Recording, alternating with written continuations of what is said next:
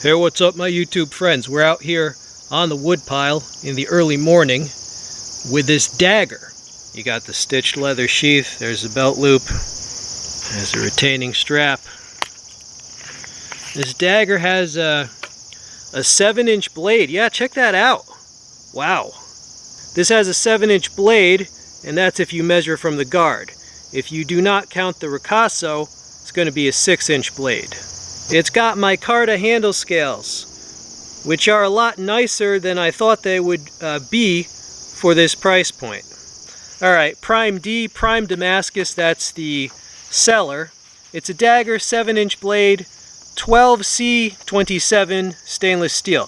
Micarta scales, leather sheath, country of origin USA, 12.75 ounces, and it was $38. Even though they said country of origin USA, they could have obtained the blade blank from some other country, just so you know. Check that out. It brings back a lot of memories, a lot of history with daggers, you know, going back to the World War II commando daggers. Yeah, that's why I love daggers, you know.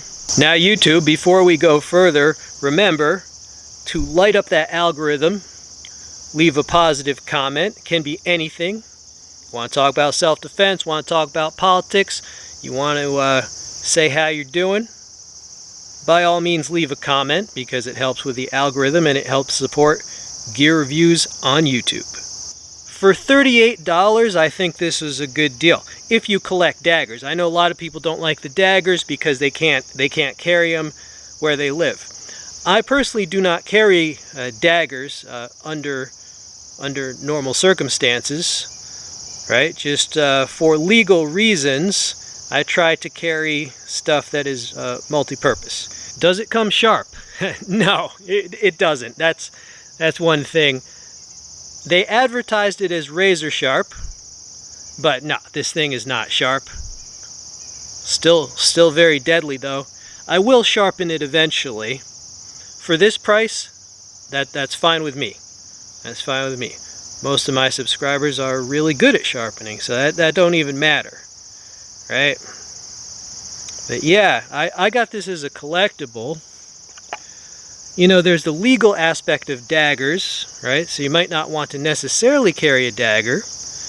However, I have subscribers in countries that are literally at war right now, so they might.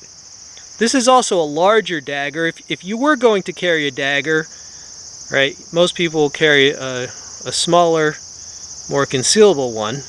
And I have some very expensive daggers. I have like a Microtech Crosshair Curihee that was like $250. But I can go for the budget-friendly daggers as well, definitely.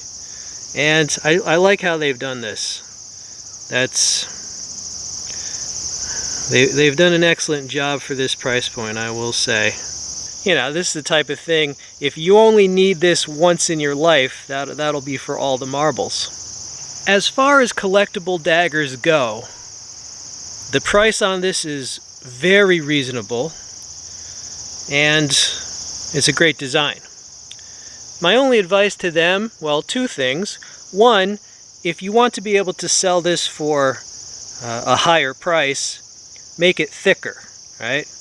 Now I know a thin dagger is great for some things, but I have some more expensive daggers and they tend to be very thick so that you can use them for other things besides terminating insurgents.